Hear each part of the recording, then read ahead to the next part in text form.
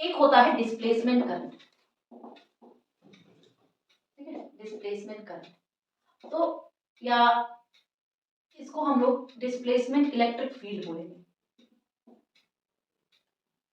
Why I am saying this one, because ये associated होता है पोलराइजेशन से।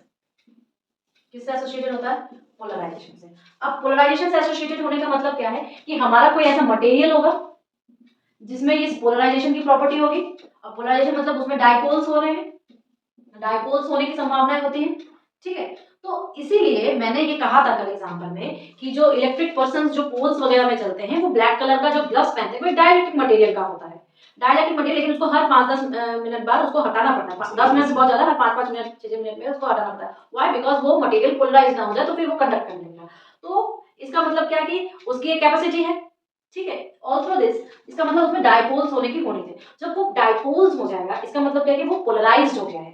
क्लियर? अब मान लो कोई मटेरियल है यहाँ पर, ठीक। अब ये मटेरियल जो है उसमें मॉलिक्यूल्स नॉर्मली तो ऐसे हैं, ठीक है, नॉर्मली ऐसे हैं, लेकिन अगर उस मटेरियल में हम इलेक्ट्रिक फील्ड भेज रहे हैं इसका मतलब वो मटेरियल अब कैसा हो जाएगा, उसके मॉलिक्यूल डाइपोल्स के फॉर्म में आ जाएंगे, डाइपोल्स के फॉर्म में आ जाएंगे कि नहीं? Positive negative positive negative positive negative positive negative positive negative positive negative, polarised हो जाएंगे। इसका मतलब है कि ये पोलराइज्ड हो गए, पोलराइजेशन की प्रॉपर्टी आ गई। इसलिए अब जो करंट हो रहा है वो डिस्प्लेस हो रहा है, डिस्प्लेसमेंट की वजह से ही जा रहा है। जो इलेक्ट्रिक फील्ड डेवलप हो रही है उसे हम लोग डिस्प्लेसमेंट इलेक्ट्रिक फील्ड कहेंगे, ठीक है। इसीलिए कैपेसिटर्स में याद तुम लोग को वैसे बताया भी था कि हम लोग का जो मैक्सवेल्स इक्वेशन है वो मॉडिफाइड करवाते हैं, एम्पियर्स ने मॉडिफाई करवाया था बिकॉज ऑफ दिस डिस्प्लेसमेंट की वजह से।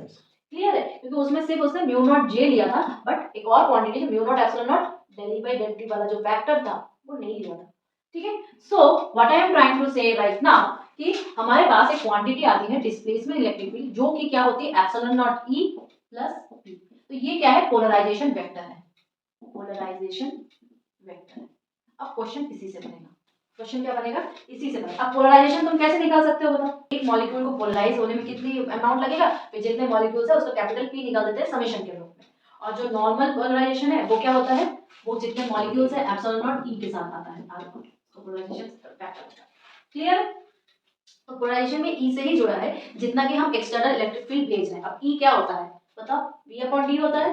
ई क्या होता है? v upon D. तो याद रखने वाली बात है, क्वेश्चन जब भी सॉल्व होगा ये छोटी छोटी चीजें तुम्हारे दिमाग में हमेशा स्ट्राइक रहनी चाहिए, ये प्रैक्टिस के लिए। तो ये क्या है तुम्हारा? डिस्प्लेसमेंट इलेक्ट्रिक फील्ड या ठीक है। जब हम लोग इलेक्ट्रिक फील्ड वाला है तो चार्ज निकालेंगे, चार्ज को जब टाइम से डेरिवेट कर देते हैं, डिफरेंशिएट कर देते हैं, तो हमारे पास क्या निकलता है? इलेक्ट्रिसिटी निकलती है। क्लियर है ना ये पार्ट? इसमें कंफ्यूजन तो नहीं होगा? नहीं होगा ना? तो डिस्प्लेसमेंट करंट ये तुम्हारा इलेक्ट्रिक फील्ड का डिस्प्लेसमेंट इलेक्ट्रिक फील्ड है। अब देखो तुम्हारे पास तीन चीजें आती हैं, क्या क्या आएगा? तो इसका मतलब क्या है कि हम ये लिख सकते हैं ना कि D is equal to epsilon not E, epsilon E, याद रखना D is equal to epsilon E. ये एप्सिलॉन क्या है? उस मटेरियल का परमिटिविटी, मटेरियल की क्या है? परमिटिविटी। जो चीज दिया रहेगा उसके हिसाब से ही ये सारी चीजें मैं तुम्हें दिखा रही हूँ, फिर हम लोग इसको सॉल्व करेंगे ना तो तुम्हारे दिमाग में क्लियर हो जाएगा चीजें। कोई बोला है पोलराइजेशन क्या होता है, तो पोलराइजेशन जो कैपिटल P की वैल्यू आती है वो होती है एप्सिलॉन नॉट जाई ई और ई, ठीक है। अब जाई ई क्या है? पोलराइजेशन ससेप्टिबिलिटी, पोलराइजेशन ससेप्टिबिलिटी, ठीक है। पोलराइजेशन ससेप्टिबिलिटी इंग्लिश में ही देखते हैं हम लोग ये सारी चीजें, और तुम्हें हिंदी में पता नहीं क्या कब दे देगा तो तुम्हें क्लियर नहीं रहेगा। अब पोलराइजेशन ससेप्टिबिलिटी क्या होती है ये बताओ? ससेप्टिबिलिटी का मतलब क्या होगा? इसका मतलब कि वो कितना ज्यादा पोलराइज करने की क्षमता रख रहा है, ठीक है। तो पोलराइजेशन ससेप्टिबिलिटी अगर इस फॉर्मूले से निकाल के देखो क्या हो जाएगा तुम्हारा? जाई E is equal to P upon epsilon not E, ठीक है। अब ये तो एक कांस्टेंट हो गया, तो इसका मतलब क्या? P by E. तो हम ये कह सकते हैं कि अगर यूनिट हम इलेक्ट्रिक फील्ड भेजे तो हमारे पास पोलराइज करके पोलराइजेशन जो होगा वो उसकी क्या है? पोलराइजेशन ससेप्टिबिलिटी, वो उसकी पावर। क्लियर है? क्या आएगा ये देखो, ये सब तो चलता रहता है। हाँ, अच्छा डी का रिलेशन बता दिया, डी एक्चुअल में क्या होता है ये बता दिया, पी क्या होता है ये बता दिया। तो एक डाइलेक्ट्रिक कांस्टेंट के साथ कभी कभी पूछ लेता है कि डाइलेक्ट्रिक कांस्टेंट, डाइलेक्ट्रिक कांस्टेंट को हम लोग के से डिनोट करते हैं, तो के क्या होता है? वो एक्चुअली जाई ई होता है, के इज इक्वल टू 1 प्लस जाई ई। तो कुल मिला के हमारे पास कितने फॉर्मूले होंगे? एक ये फॉर्मूला बना, एक ये फॉर्मूला बना और एक ये फॉर्मूला बना। ये तीन फॉर्मूला हमारे पास इंपॉर्टेंट है, इसको एक जगह पॉज बना के लिखो पहले, एक जगह dielectric constant of helium at 0 degree Celsius and 1 atmosphere is 0 degree Celsius and 1 atmosphere is 1.000074. Dielectric constant के कहाँ पर 0 डिग्री सेल्सियस और 1 atm प्रेशर पर। ठीक है, इसके बाद देखिए find the dipole moment, find the dipole moment induced in each helium atom, induced in each helium atom when the gas is an electric field, when the gas is an electric field of intensity 100 volt per meter। मतलब E क्या दिया गया है इसके लिए, E क्या दिया गया है 100 वोल्ट पर मीटर। हमें निकालना क्या है P, हमें निकालना क्या है P, और वो भी हमें डाइपोल मोमेंट निकालना है। ये क्या है हमारा डाइपोल मोमेंट, डाइपोल मोमेंट। ठीक है, अब हम क्या जानते हैं कि ये जो स्मॉल डाइपोल मोमेंट होगा वो क्या होगा, कैपिटल पोलराइजेशन बाय जितने नंबर ऑफ मॉलिक्यूल्स n होंगे, यही ना होगा। तो अब सॉल्व कैसे करेंगे बताइए, हमारे पास क्या है, हमारे पास है, बताओ क्या हमारे पास इलेक्ट्रिक फील्ड है और डाइलेक्ट्रिक कांस्टेंट है। तो हमारा कैपिटल P निकल जाएगा, कैसे निकलेगा capital P, K is equal to 1 plus chi E होता है। ठीक है, अब जाई E क्या है, जाई E है P upon epsilon naught E, जाई E क्या है 1 plus P upon epsilon naught E। ठीक है, एप्सिलॉन नॉट E है, क्लियर है, होगा कि नहीं बताओ। और P इज इक्वल टू क्या होता है भाई एप्सिलॉन नॉट जाई E अपॉन E होता है, वन तो ऐड और करने तो P क्या हो जाएगा इसका मतलब तो वन माइनस करना पड़ेगा। अब देखो ये किसने दिया है, डाइलेक्ट्रिक कांस्टेंट क्या है, डाइलेक्ट्रिक कांस्टेंट क्या है 1.004 है, इसका बस 0.004 इनटू इलेक्ट्रिक फील्ड से मल्टीप्लाई करेंगे, इलेक्ट्रिक फील्ड से मल्टीप्लाई करेंगे और देन एप्सिलॉन से मल्टीप्लाई करेंगे, पी आ जाएगा 1 plus chi E, 1 plus chi E की जगह जाई का वैल्यू पुट कर देंगे हम लोग, तो ये वैल्यू क्या आ जाएगी, P की वैल्यू क्या आ जाएगी 10 to the minus 12, ये हो जाएगा ना। तो मैं ये चीज मैं क्या कह रही थी, हमको जाई की निकालना ही नहीं है क्योंकि ये K हो गया तो 1 plus P upon epsilon naught E हो गया। ठीक है, तो ये सारा क्वांटिटी हमें पता है, ये क्वांटिटी हमें पता है, सिर्फ ये क्वांटिटी निकालनी है। ये क्वांटिटी क्या हो जाएगी P upon epsilon naught E is equal to K minus 1, तो P हो जाएगा तुम्हारा ये इनटू में K minus 1 into epsilon naught E, तो K तुम्हारा दिया हुआ इसमें से 1 माइनस कर दो तो 0.00054 मतलब ठीक है into epsilon naught 8.854 into 10 to the power minus 12 और ये तुम्हारा 100, इधर का 100 कुछ इधर को हटाएगा। ठीक है, और फिर जब P निकलेगा तो P अपॉन n कर दो is equal to small p dipole moment निकल जाएगा। n की वैल्यू बताओ क्या होगी, ये हम हीलियम के लिए कर लेंगे तो उसे टोटल हीलियम 2 2 को 4 4 टोटल याद करो, इसने गैस बोला है, गैस यानी कि स्टैंडर्ड वैल्यू होगी नॉर्मलिटी में होगी, इसलिए ये क्वेश्चन दिया है। ठीक है, तो 22.4 लीटर होती है नॉर्मलिटी में। मौजूद कितने गैस होते हैं एक एटम में, कितने एटम एक मॉलिक्यूल में कितने एटम्स होंगे 6.6 into 10 to the power minus 6.64 ही रहेगा, छोड़ दो बता 6.6 into 10 to the power आप 23 करोगे। ठीक है, और डिवाइड किससे के साथ करोगे, यहाँ पर हीलियम है, एक एटमॉस्फेयर में बोला है 0 डिग्री सेल्सियस बोला है, यानी कि हम क्या लेंगे लीटर लेंगे 22.4 लीटर लेंगे। ठीक है, उसके बाद क्या करेंगे n की वैल्यू n, ये जो स्मॉल है ना नंबर कितने होंगे, ये क्या हो जाएगा, ये हमारा हो जाएगा 6, सिंपल है 6.6 भी मत लिखो इनटू 10 पावर 23 हो जाएगा, और नीचे क्या हो जाएगा 1 लीटर में होता है नॉर्मल में 1 लीटर कितना होता है 22.4 होता है, 22.4 होता है 1 लीटर, लीटर में लेना पड़ेगा। यस ये क्योंकि तुम्हें दिया हुआ है कंडीशन 0 डिग्री सेल्सियस और 1 एटमॉस्फेरिक प्रेशर है। ठीक है, क्लियर कर लोगे ना 22.4 into 10 minus 3, ये तुम्हारा n निकल जाएगा, n निकल जाएगा तो इसमें इस वैल्यू को पुट कर देंगे। ये वाला करो ये क्वेश्चन काफी इंपॉर्टेंट है। नॉर्मली क्या होता है Gauss law, normally Gauss law होता है कि E dot ds is equal to q by epsilon naught, तो एप्सिलॉन नॉट उधर चला जाएगा तो हमारे पास d डॉट ds हो जाता है और q आ जाता है। ठीक है, क्यों, क्योंकि एप्सिलॉन नॉट E तो होता है d। अब एनर्जी कैसे लिखेंगे, एनर्जी 1/2 cv स्क्वायर होती है, 1/2 cv स्क्वायर होती है। अब c क्या हो जाएगी तुम्हारी q by v, c क्या हो जाएगी epsilon not a upon d होता है, c क्या होता है epsilon not a upon d होता है। तो यहाँ पर जब हम डायलेक्ट्रिक लगाएंगे तो हम क्या लिखेंगे k एप्सिलॉन नॉट k लिख दो इसको, और यहाँ पे a/d लिख दो इसको। ठीक है, ये हो जाएगा c, तो 1/2 cv स्क्वायर होता है, तो c में ये वैल्यू पुट करेंगे ना।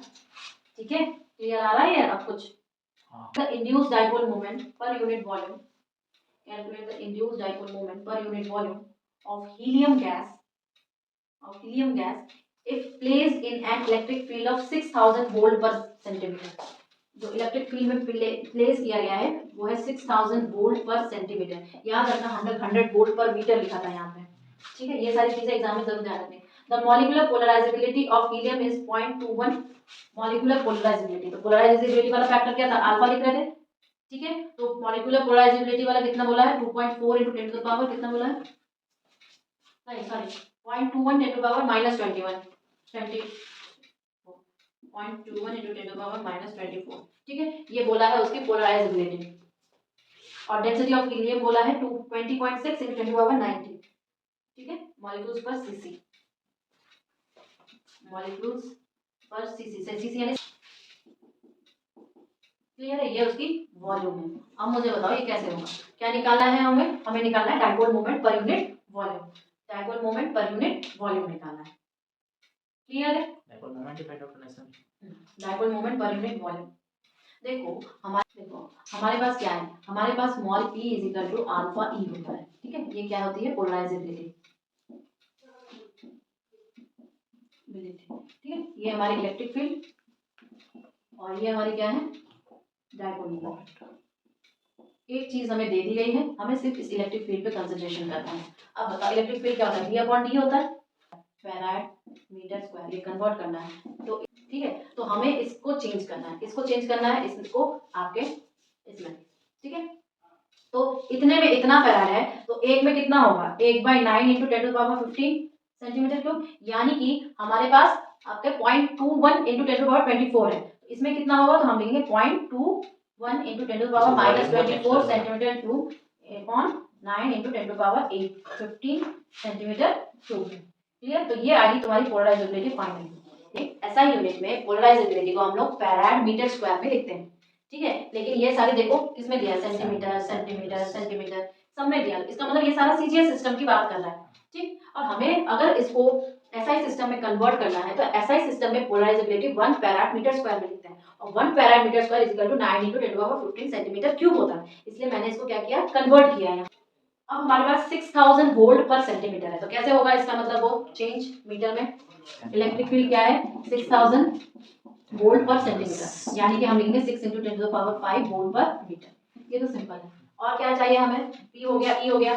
अब हमारे पास number of helium atom n कितना है, एक में वॉल्यूम पर में क्या है 20.6 × 10 टू द पावर 19 पर सेंटीमीटर क्यूब, तो पर मीटर क्यूब में चेंज कर दो इसको। पास n क्या है, 20.6 × 10 टू द पावर 19 आपका मॉलिक्यूल्स आपके पर सेंटीमीटर क्यूब में है। इसका मतलब कितने हो जाएंगे, 20.6 × 10 टू द पावर 25 मॉलिक्यूल्स पर मीटर क्यूब। और हमें पर के बारे में ही पूछा है, ठीक है, मॉलिक्यूल्स पर मीटर क्यूब, और हमें पर वॉल्यूम के बारे में ही पूछा है। तो हमारे पास कितने मॉलिक्यूल्स हो गए, इतने हो गए। तो dipole moment per unit volume, यही तो पूछा है, क्वेश्चन क्या था, calculate the induced dipole moment per unit volume, induced dipole moment, ठीक है। तो हम लोग क्या कर देंगे, इस n वाले क्वांटिटी को अपने p से मल्टीप्लाई करेंगे। तो p क्या होगा, p हमारा होगा अल्फा नॉट e, ठीक है। तो अल्फा नॉट e, जो अल्फा ये है, e ये है, इन दोनों को मल्टीप्लाई करेंगे, जो होगा पर यूनिट वॉल्यूम में चाहिए, तो उसको हम लोग इसके साथ मल्टीप्लाई करेंगे। मतलब हमारे पास क्या है, इक्वेशन 1, इक्वेशन 2 और इक्वेशन 3। तो जो आंसर आएगा हमारा 1 × 2 × 3। क्लियर है ना, ये क्वेश्चन क्लियर है कि नहीं है, बताइए। क्लियर है ना। तो ये दोनों काफी इंपॉर्टेंट क्वेश्चंस मुझे लगे, इसलिए हम लोगों ने सॉल्व किया है। क्लियर, मैंने तो बस इतना ही बोला, एमएससी कर लिया, पहले तो इतना ध्यान है बस, उसके बिना वो 2 साल होगी 3 साल होगी, बाद में मैं सोचूंगा बस, फिर उसके बाद में सर और मैम दोनों काम आते थे बस। देखो अब हम लोग जब भी बाउंड्री कंडीशंस के बारे में डिस्कस करते हैं तो हम लोग दो कंपोनेंट्स के बारे में डिस्कस करते हैं।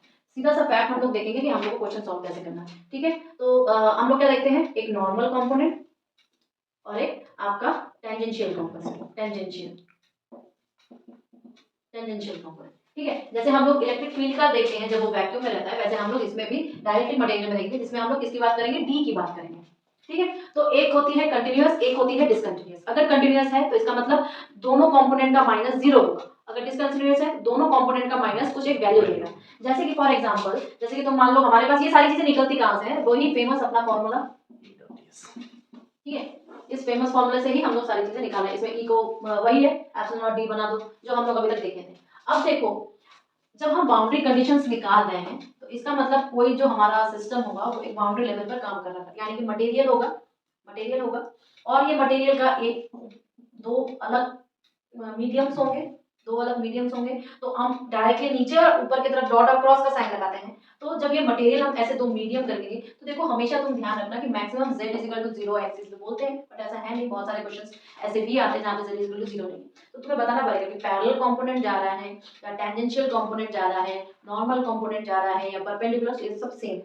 ठीक है, नॉर्मल परपेंडिकुलर बोल दो या टेंजेंशियल पैरेलल बोल दो, बातें सेम है।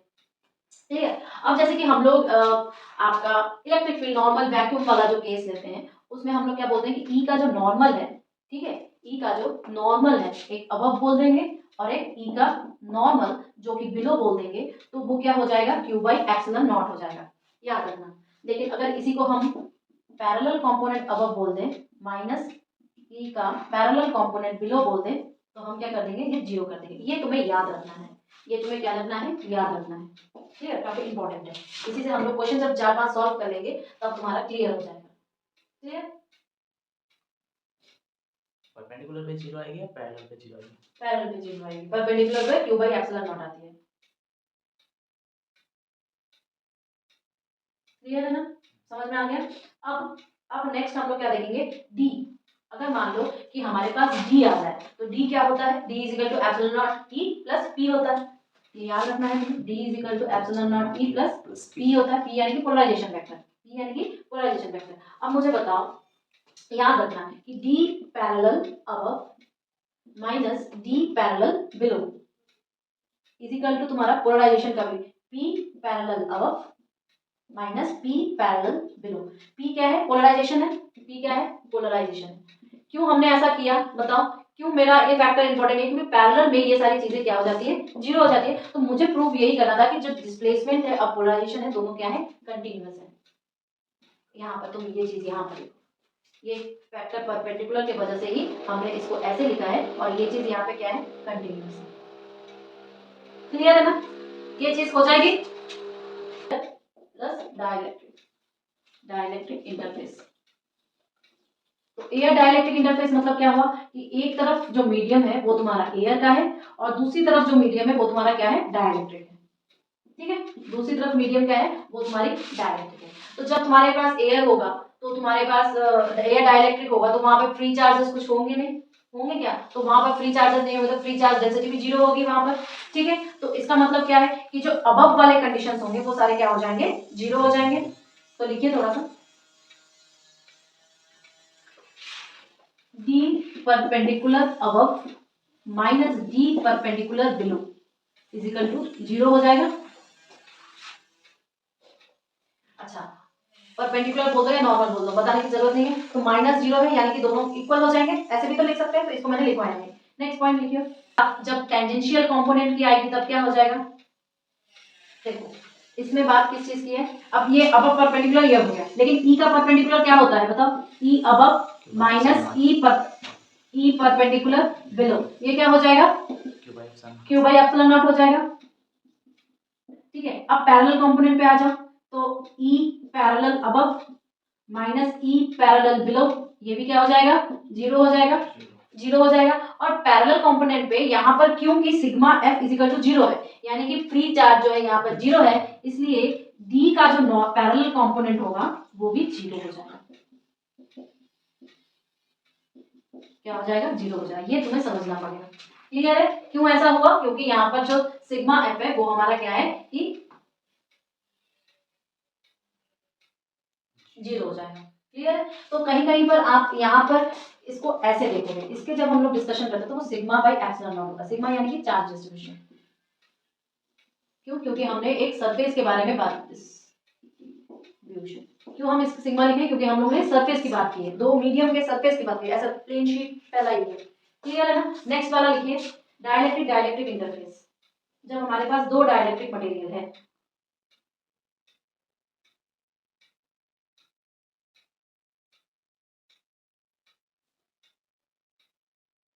क्लियर, जब हमारे पास दो डाइलेक्ट्रिक मटेरियल होंगे डाइलेक्ट्रिक डाइलेक्ट्रिक मीडियम। तो हमारे पास ये तो हम जानते हैं कि एक अबव माइनस बिलो किसका होगा, टेंजेंशियल का, इज इक्वल टू 0 होगा, और डी का जो आपका परपेंडिकुलर अबव माइनस डी का परपेंडिकुलर बिलो, ये भी क्या हो जाएगा, 0 हो जाएगा। और हमारे पास जो मीडियम है, यहाँ पर एक एप्सिलॉन नॉट 1 मिलेगा, यहाँ पर एक एप्सिलॉन नॉट 2 मिलेगा ना, दोनों ही तरफ क्या है, डाइलेक्ट्रिक मीडियम है। तो ये डाइलेक्ट्रिक डाइलेक्ट्रिक का जो होगा वो कुछ ऐसा होगा। और याद रखना जब दोनों तरफ हो जाएगा, क्यों, क्योंकि हमारे पास इस टाइप के मीडियम्स के लिए सिग्मा एफ क्या हो जाता है, 0 होगा। ठीक है, फ्री चार्ज जैसे कि हमारे पास 0 होगी, हमारे पास क्या आ जाइए, हमारे पास बाउंड चार्जेस मिलेंगे। क्या, अब देखो एयर और कंडक्टर का इंटरफेस, थोड़ा सा एयर है, अगर हमारे पास एयर है एक तरफ और एक तरफ कंडक्टर है, तो कंडक्टर क्या करेगा, कंडक्ट करेगा। तो हमारे पास ये अबव और बिलो वाला जो परपेंडिकुलर कंपोनेंट है डी का, वो क्या हो जाएगा, क्या हो जाएगा, फ्री चार्जेस के बराबर हो जाएगा, क्योंकि हमारे पास तो कंडक्टर है, हमारे पास कंडक्टर है, कंडक्टर है, तो delta F not equal to sigma F is not equal to 0। That means हमारे पास जो perpendicular component above minus perpendicular component of below is equal to sigma F हो जाएगा। क्लियर है ये पार्ट, ठीक। इसके बाद हम लोग आ जाएंगे ई वाले पार्ट पर। तो ई वाले का भी क्या है, तो नॉर्मल और बिलो वो कंपोनेंट है, तो ई वाला पार्ट लिखो यहाँ पे, ई वाले पार्ट का परपेंडिकुलर अबव माइनस ई वाले पार्ट का परपेंडिकुलर बिलो क्या हो जाएगा, sigma F upon epsilon not हो जाएगा, क्योंकि हम लोग एयर और किसकी बात कर रहे हैं, कंडक्टर की बात कर रहे हैं। क्लियर। अब टेंजेंशियल कंपोनेंट क्या हो जाएगा, देखो टेंजेंशियल कंपोनेंट इक्वल टू तुम्हारा सेम होता है, यानी कि टेंजेंशियल कंपोनेंट हम क्या कह रहे हैं कि parallel above minus E parallel below, ठीक है, E parallel above is equal to 0 है। अब देखो पैरेलल कंपोनेंट तुम्हारा एक अगर 0 हो जाए, बिलो वाला अगर ई 0 हो जाए, बिलो वाले के लिए ई 0 होगा ना, क्यों, क्योंकि हमने कंडक्टर लिया है, कंडक्टर लिया है, तो इंटीरियर में क्या हो जाएगा, 0 हो जाएगा, ई 0 हो जाएगा। तो दैट्स व्हाई बिलो वाला पार्ट अगर 0 हो गया तो ऑटोमेटिकली ये वाला पार्ट 0 हो जाएगा। That means E above equal to E below, और दोनों के दोनों parallel component is equal to 0 हो जाएगा because of this conductor type. अच्छा, अब हमारे पास डी का जो पैरेलल कंपोनेंट था, याद करिए हमारे इस ई की वजह से क्या था, पोलराइजेशन के बराबर था। So what I can write कि D parallel above minus D parallel below is equal to, polarisation है parallel above minus P parallel below, होगा कि नहीं होगा बताओ, यस और नो, होगा ना। तो हमें समझ में आ गया कि अगर हमारे पास किसी इस टाइप का मटेरियल हो जो कि एयर और कंडक्टर का हो तो कैसे निकालेंगे। उसी तरह डाइलेक्ट्रिक और कंडक्टर निकाल सकते हैं, कैसे निकालेंगे सोचिए, ठीक है, डाइलेक्ट्रिक और कंडक्टर का। अब ये मीडियम बना, डाइलेक्ट्रिक को एप्सिलॉन आर मिलेगा, कंडक्टर की ई इज इक्वल टू 0 मिलेगी। ये तो दो फैक्टर हमें पहले से ही पता है, ठीक है। तो हमारे पास अच्छा एक चीज ध्यान रखना, जो बुक भी आप कंसल्ट करो, सिग्मा एफ का मतलब क्या होता है, फ्री चार्जेस, फ्री चार्जेस, ठीक है, और सिग्मा बी का मतलब क्या होता है, बाउंड चार्जेस, बाउंड चार्जेस। तो बाउंड चार्जेस किसकी वजह से आते हैं, डाइलेक्ट्रिक मीडियम की वजह से आते हैं, डाइलेक्ट्रिक मीडियम की वजह से आते हैं ना, और फ्री चार्जेस किसकी वजह से आते हैं, कंडक्टर की वजह से आते हैं, ठीक है। तो क्या हमें यहाँ पर क्या मिलेगा, जहां पर कंडक्टर है यहाँ पर डाइलेक्ट्रिक है, और यहाँ पे हमें कंडक्टर मिला है, ठीक है। तो ये दोनों क्या होंगे, इक्वल टू 0 होंगे या नहीं होंगे, नहीं होंगे, क्योंकि हमारे पास फ्री चार्जेस भी है, हमारे पास बाउंड चार्जेस भी है। इसका मतलब सिग्मा जो टोटल चार्ज डिस्ट्रीब्यूशन होता है, टोटल चार्ज डिस्ट्रीब्यूशन यही तो होता है। तो ये क्या होता है, sigma is equal to sigma F plus sigma B होता है। तो यहाँ पर हमें यानी कि दोनों मटेरियल मिलेंगे, हमें क्या मिलेगा, बाउंड चार्जेस के लिए मिलेगा, फ्री चार्जेस के लिए मिलेगा। क्यों मिलेगा ये हमें पता चल गया। तो अब हम ई और डी कैसे लिख सकते हैं, सोचिए थोड़ा सा, अभी हम लोगों ने लिखा है perpendicular component above minus E perpendicular component below, ये किसके बराबर होता है, sigma by epsilon not. Actual में यही होता है सिग्मा बाई एप्सिलॉन नॉट। अब हमारे पास मीडियम जैसा होगा, एयर हो जाएगा, डाइलेक्ट्रिक हो जाएगा, कंडक्टर हो जाएगा, या दो डाइलेक्ट्रिक हो जाएगा, जैसा भी मीडियम है उसी तरीके से हम एफ और बी को 0 या क्वांटिटी के हिसाब से लिख सकते हैं। सो फॉर दैट यहाँ पर हमें सारी क्वांटिटीज मिल गई, इसका मतलब हम क्या लिखेंगे, सिग्मा बाई एप्सिलॉन नॉट लिखेंगे, ठीक है। इसको लिखिए, याद करिए डी का नॉर्मल कंपोनेंट हम लोग सिर्फ और सिर्फ चार्ज लिखते थे, डी का जब हम लोग गॉसियन वाला लिखते थे तो मेन तो वही फॉर्मूला, उसी में सारी चीजें आती हैं, तो उसमें सिर्फ और सिर्फ चार्ज लिखते थे। इसका मतलब है कि डी का जो परपेंडिकुलर कंपोनेंट अबव होगा माइनस डी का जो परपेंडिकुलर कंपोनेंट बिलो होगा वो किसके बराबर होगा, सिग्मा अपॉन सिग्मा कौन से, बी एफ बी हो जाएगा, बाउंड चार्ज है ना इसके पास, सॉरी सिग्मा एफ हो जाएगा, हाँ उसके ऊपर के बाद से सिग्मा एफ हो जाएगा, ठीक है, परपेंडिकुलर वाला। और टेंजेंशियल वाला वापस वही पोलराइजेशन के बराबर आ जाएगा। ई क्या होगा, डायरेक्टली की वजह से एक मीडियम 1 है, एक मीडियम 2 है, ठीक है। तो ई नीचे वाले के लिए 0 होगा ना, नीचे वाले के लिए 0 होगा, ठीक है। हाँ इसीलिए मैंने बोला। तो सिर्फ हमारे पास नॉर्मल कंडीशन बचेगी इसकी E1 की। तो हमारे पास इसमें E आपका जो नॉर्मल कंपोनेंट है अबव के लिए बचेगा, जो कि सिग्मा बाई एप्सिलॉन नॉट होगा। क्यों? क्योंकि E का जो नॉर्मल कंपोनेंट बिलो के लिए है वो क्या हो जाएगा, हमारा 0 हो जाएगा, क्योंकि हमारे पास एक कंडक्टर है। और उसके बाद D का निकालेंगे तो कैसे होगा, D का भी सेम प्रॉब्लम है, D का भी हमारे पास सेम प्रॉब्लम है। पहले के लिए होगा ना तो क्यों अबव के लिए सिग्मा आती है ना, पैरेलल के लिए तो इक्वल टू माइनस का 0 आ जाता है, एक कंपोनेंट 0 हो जाएगा तो दूसरा कंपोनेंट ऑटोमेटिकली 0 हो जाएगा। तो यहाँ पर हम लिखेंगे कि E जो अबव है जो पैरेलल का है वो इक्वल टू 0 आएगा। क्यों? क्योंकि जब दोनों का माइनस इक्वल टू 0 होता है, 0 होता है, में एक 0 है जो कि अभी जस्ट अबव वाला देखना केस, दोनों में से कोई एक 0 हो जाएगा तो दूसरा वाला ऑटोमेटिक 0 हो जाएगा। इसमें भी वही प्रॉब्लम है, दोनों में से एक 0 हो जाएगा तो दूसरा वाला ऑटोमेटिकली 0 हो जाएगा। और ये एक 0 कैसे हुआ, क्योंकि हमारे पास कंडक्टर है। क्लियर है ना?